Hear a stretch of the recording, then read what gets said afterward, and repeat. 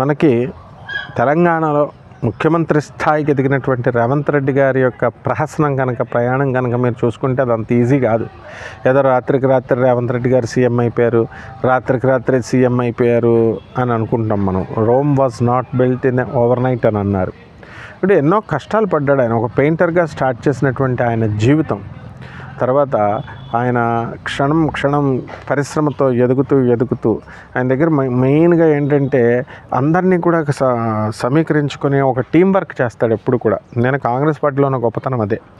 మిగతా పార్టీల్లో ఉన్నది ఏంటంటే నేను చెప్పాలా అవతల వాళ్ళు వినాలా అన్నట్టు డిక్టేటర్షిప్ లాగా మోనార్క్ లాగా అయిపోతారు వీళ్ళు. కేటీఆర్ గారు చెప్పినా కేటీఆర్కి లీడర్షిప్ క్వాలిటీస్ ఉన్నప్పటికీ కూడా ఆ కేసీఆర్ స్థాయిని బట్టి నేను చెప్పింది చేయండి ఫస్ట్ అంటాడు. చంద్రబాబు నాయుడు గారు అయినా ఇదైనా కానీ ఈయన ఏంటంటే అందరినీ కలుపుకొని వెళ్తాడనమాట. అందుకనే స్పీచ్ ఇచ్చేటప్పుడు మీరు గమనిస్తే మీరు కూడా ఇవ్వండి అని ఆయనే మాట్లాడకుండా సాల్వ్ ఇచ్చేటప్పుడు పెళ్లికి వెళ్ళినప్పుడు కూడా మీరు దిగండి ఫోటో అని అలా చిన్న చిన్న విషయాల్లోనే గమనించవచ్చు. You tell about your friends, I tell about you. నువ్వేంటో నీ గురించి తెలియాలంటే నీ ఫ్రెండ్స్ చెప్పు. You tell about the books you read, నువ్వు చదివే పుస్తకాలు చెప్పు, నేను నీ గురించి చెప్పేస్తానన్నాను. అలాగా ఆ మనిషి స్టేజ్ మీద వీటి మీద చేసే బిహేవియర్ని బట్టి వీటిని బట్టి అర్థమైపోద్ది. ఇప్పుడు హైడ్రా అనేటటువంటి దాన్ని మనం తీసుకొని ఆయన ప్రభుత్వానికి వ్యతిరేకత వస్తుంది అని తెలిసినా సరే దూసుకుంటూ వెళ్ళి నరుక్కుంటూ వచ్చాడు ఒక్కొక్కడిని. తర్వాత మరి ఓవైసీది పడగొట్టాలా కాలేజ్ సెలవులు అని చెప్పేసి అప్పుడు మేము అటాక్ చేస్తూ ఉన్నారు, చేయలేకపోయారు. అది కనుక చేయకపోతే కనుక డెఫినెట్గా రేవంత్ రెడ్డి గారికి బ్యాడ్ నేమ్ వచ్చేస్తుంది, రాహుల్ గాంధీకి వీళ్ళకి. అలాగే ఎన్నో సంవత్సరాలుగా ఇప్పుడు 20 సంవత్సరాలుగా 30 సంవత్సరాలుగా కుల గణన సరే సెన్సస్ అవ్వలేదు అసలు. అది ఆ సెన్సస్ అనేటటువంటిది ఇప్పుడు పెడితే ఇప్పుడు వీళ్ళంతా కూడా సెన్సస్కి ప్రజల దగ్గరికి వెళ్తున్నారు. ఏమయ్యా మరి గతంలో ఇచ్చిన 6 హామీలు ఏమైనా, నువ్వు గ్యాస్ ఇస్తానన్నావు, బస్ పాస్ ఇస్తానన్నావు, బస్సులు ఇస్తానన్నావు, ఆ తర్వాత ఆడవాళ్ళకి 2500 ఇస్తానన్నావు, ఆశిస్తారు కదా మరి ఆశ పెట్టినప్పుడు మరి అవన్నీ కూడా అని చెప్పేసి పాపం ఈ గవర్నమెంట్ ఎంప్లాయీస్ ఎవరైతే సెన్సస్ కోసం సర్వే కోసం వెళ్తున్నారు వీళ్ళని తిడుతున్నారు. అప్పుడు వాళ్ళు చెప్తున్నారు సార్ని తిడుతున్నారండి అంటే మరి జనం అంతే.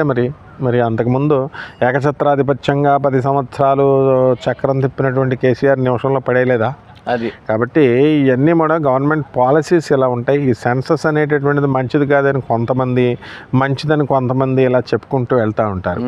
ఇక్కడ ఏం జరుగుతుందంటే వీళ్ళు సెన్సస్లో ఈ కుల వర్గీకరణ ఎంతమంది ఉన్నారు, ఈ ఏరియాలో ఎంతమంది ఉన్నారు అనేటటువంటి డేటా అప్పుడు సెంట్రల్ గవర్నమెంట్లో ఇప్పుడు మనకి చేసేవారు. ఇప్పుడు ఇంతకుముందు గతంలో రాజీవ్ గాంధీ గారి హయాంలో, ఇందిరాగాంధీ గారి హయాంలో ఈ కుల గణన సెన్సస్ చేస్తామంటే ఒప్పుకోలేదు వాళ్ళు.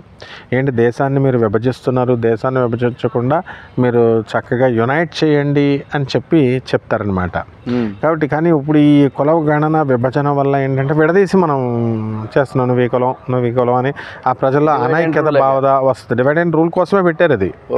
ఇప్పుడు రాహుల్ గాంధీ వీళ్ళంతా కూడా అంటే మోడీ గారేమో ఒకటే మనందరం ఒకలాగా ఉండాలా, ఒకటే ఉండాలా, క్యాస్ట్ సిస్టమ్ తీసేద్దామని ఆయన ఈ అనేకం ఉండాలా అని చెప్పేసి అనేకం బ్రహ్మాండం అని చెప్పేసి ఇతను రేవంత్ రెడ్డి వీళ్ళంతా రాహుల్ గాంధీ. సో ఇలా రకరకాలుగా ఎవరిష్టం వచ్చినట్టు వాళ్ళు చేస్తున్నారు, చేయనియండి. దీనివల్ల మనకి ప్రజలకి ఏంటంటే స్టూడెంట్స్ బాగా చదవాలా, వాళ్ళకి ఈ యొక్క డేటా అనేటటువంటిది ఏ పనైనా సరే స్టూడెంట్స్కి ఉపయోగపడే విధంగా ముందుకెళ్ళాలి. రేవంత్ రెడ్డి గారు మరి ఆయన యొక్క నిజాయితీని నిరూపించుకోవాలంటే ఖచ్చితంగా ఓవైసీ పడగొట్టాల్సిందే. ఆ పడగొట్టే దమ్ము ఉందా లేదా? ఆయన ఆ కాలేజ్ సోనియా గాంధీ ఆపిచ్చేస్తుందా? అసలే ఈ అసౌద్దీన్ ఓవైసీ వీళ్ళంతా ఓవైసీలను ఢీకొనడానికి ఎవరు కూడా ఇష్టపడరు, మోనార్క్ లాగా వెళ్ళిపోయారు. ఈ విషయంలో మనం బీజేపీ పార్టీ మాధవీలత గారు విరించ హాస్పిటల్ మాధవీలతను చాలా మెచ్చుకోవాలి. చాలా టఫ్ కాంపిటీషన్ ఇచ్చింది. దురదృష్టవశాత్తు మరి వాళ్ళది లోకల్ ఏరియా వాళ్ళది కాబట్టి మరి వాళ్ళు గెలవడం అనేటటువంటిది జరిగిందనమాట. కాబట్టి ఓవైసీకి ఇప్పుడు మనం కొమ్ములు దించకపోతే మరి ఎవరు దించుతారు?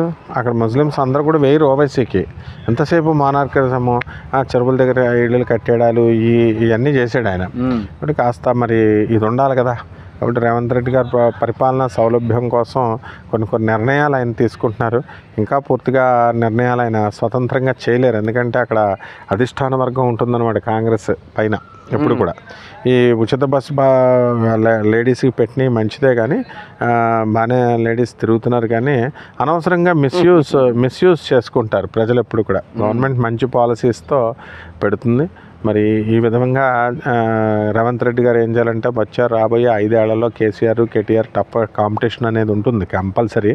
ప్రభుత్వ వ్యతిరేకత అనేది కొంత వస్తుంది, ఏ ప్రభుత్వం అయినా. కొంచెం జాగ్రత్తగా చూసుకొని వాళ్ళకి అవకాశం ఇవ్వకుండా స్ట్రాటజీ ప్రకారం వెళ్ళాలి. వాళ్ళేమో రావడానికి ట్రై చేస్తారు, ఈయనేమో ఇవ్వకుండా ఉండడానికి ట్రై చేస్తారు. ఏదైనా సరే ప్రజలకు మంచి పరిపాలన, మంచి గవర్నెన్స్ని ఇచ్చినప్పుడు తప్పకుండా వీళ్ళు గెలుస్తారన్నమాట. అంతేగాని కక్షపూరితంగా వెళ్ళడం, స్వార్థపూరితంగా వెళ్ళడం, డబ్బులు పోగేసుకోవడం, ఇలాంటి వాటితో వెళ్తే పతనం అయిపోతారు ఎవరైనా సరే.